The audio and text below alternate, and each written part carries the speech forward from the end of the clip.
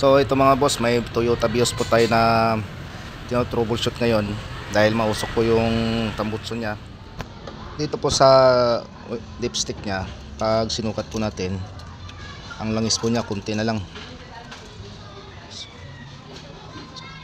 Tapos ito naman sa kanyang radiator, titingnan natin kung may pressure ba.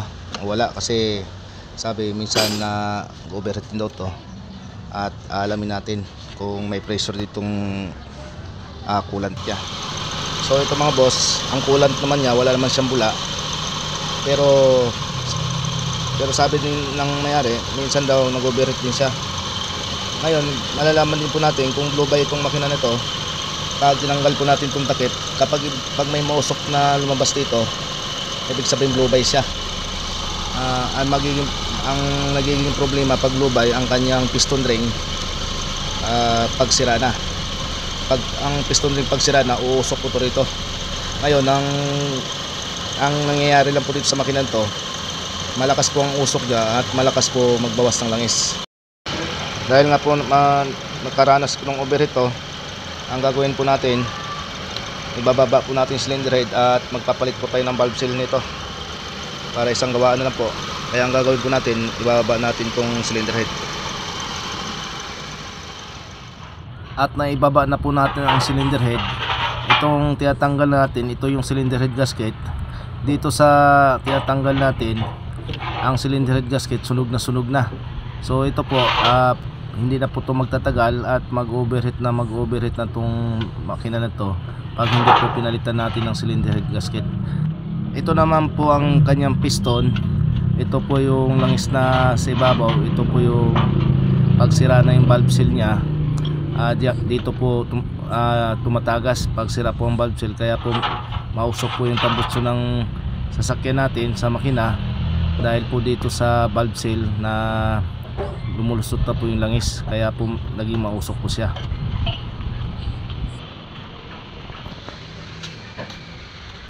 Ngayon sa pag mabawas ng langis, dito po natin makikita. So ito po, nagbabasa po ng langis, tapos maraming carbon na siya, makapal yung carbon niya. So itong carbon niya, ito yung langis na nasusunog na kumapal na po. Tapos yung spark plug niya nangingitim na rin dahil hindi na po nakakasunog dahil sa pagtatagas ng langis, pati spark plug na napupundi agad. So ito po siya. Dahil itong tatlo ayos pa naman, halos pantay ang sunog niya, nagkukulay brown yung pinaka engine valve. Dito lang po ang karoon ng problema sa piston number 1. Ang gagawin natin ito, i-grind po natin tong engine valve nya. Pero ito kailangan po natin tandaan itong pinaka valve lifter nito para hindi po magkapalit-palit pag ibinalik. Mali yung exhaust sa intake, kailangan po natin sulatan.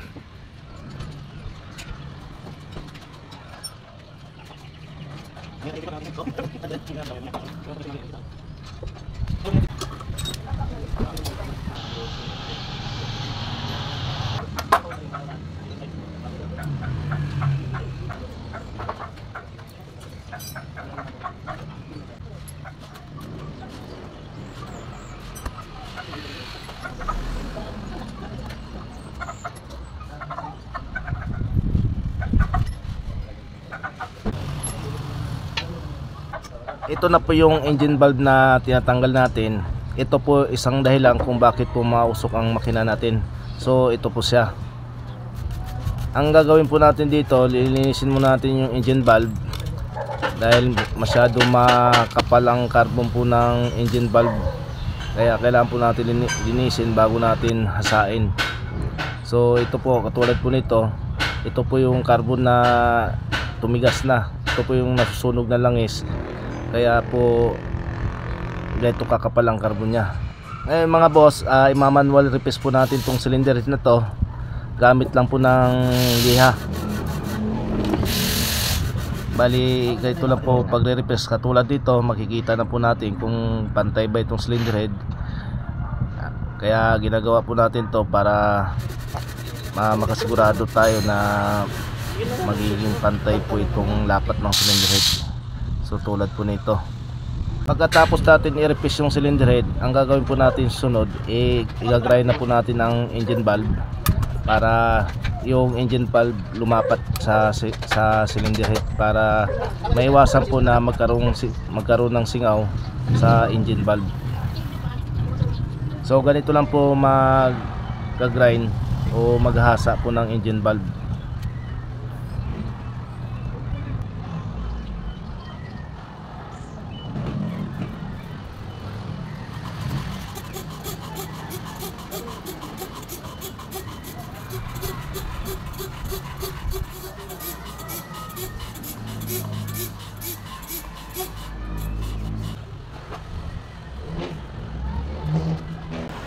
Pagkatapos po na hasain natin ang engine valve, ang isusunod po natin itong valve seal naman. Ito po yung valve seal nya, ikakabit po natin. Pagkatapos natin ikabit, isusunod na po natin yung spring dito, yung pinaka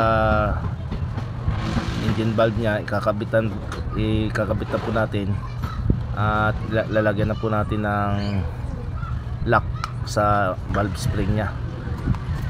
Ito lang naman kabilis pag gumawa po tayo ng cylinder head.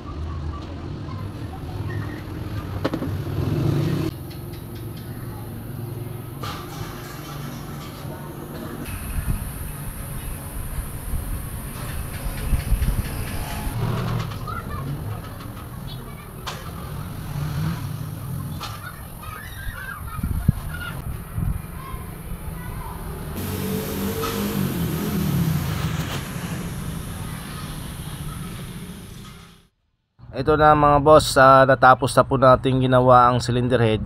Ang isusunod po natin ang kanyang piston. Tatanggalin po natin ang piston dahil ang gagawin po natin nito, magpapalit po tayo ng piston ring. Dahil po masyado basa na yung piston niya ng langis. Ang gagawin po natin, isasama na po natin palitan ng piston ring dahil madali naman palitan to.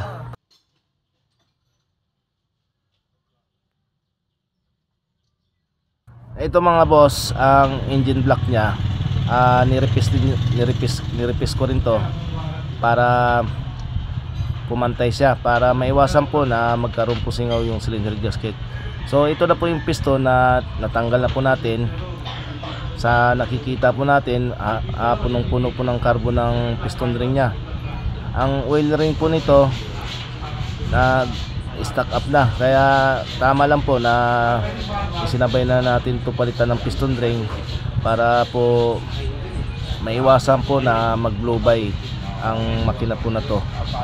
Dahil po pag di natin pinalitan to, baka mag blow by po ang makina ito, kaya mag dubli po ang gawa natin. So ito po ang pinaka oil ring nya, stock up na.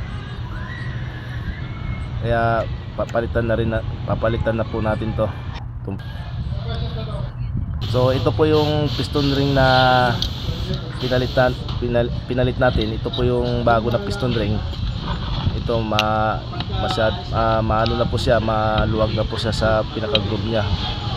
May plane na po siya at gumagalaw-galaw na. So ito po yung luma niya. Ito po yung piston ring na luma. So ngayon mga boss, ikakabit na po natin itong itong piston na to at cylinder head. Mamaya malalaman po natin kung okay ba yung andar nito. Dahil nga sa una, mausok po itong makina to.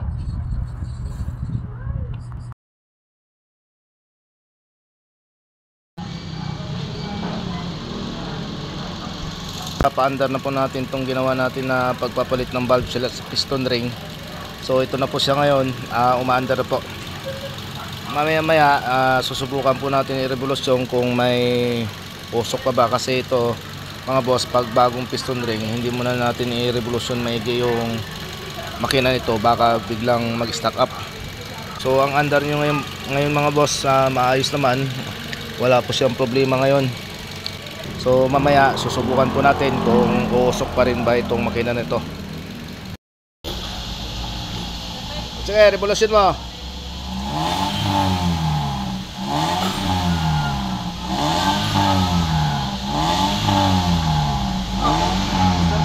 Ha? Nandiyan na rin yung thermostat niya. Oh, nandiyan. Up, tama na. Tama na. Ngayon, kinukulanta po natin itong radiator niya. So ito na po, wala na po siyang problema at matining na po ang andar nito.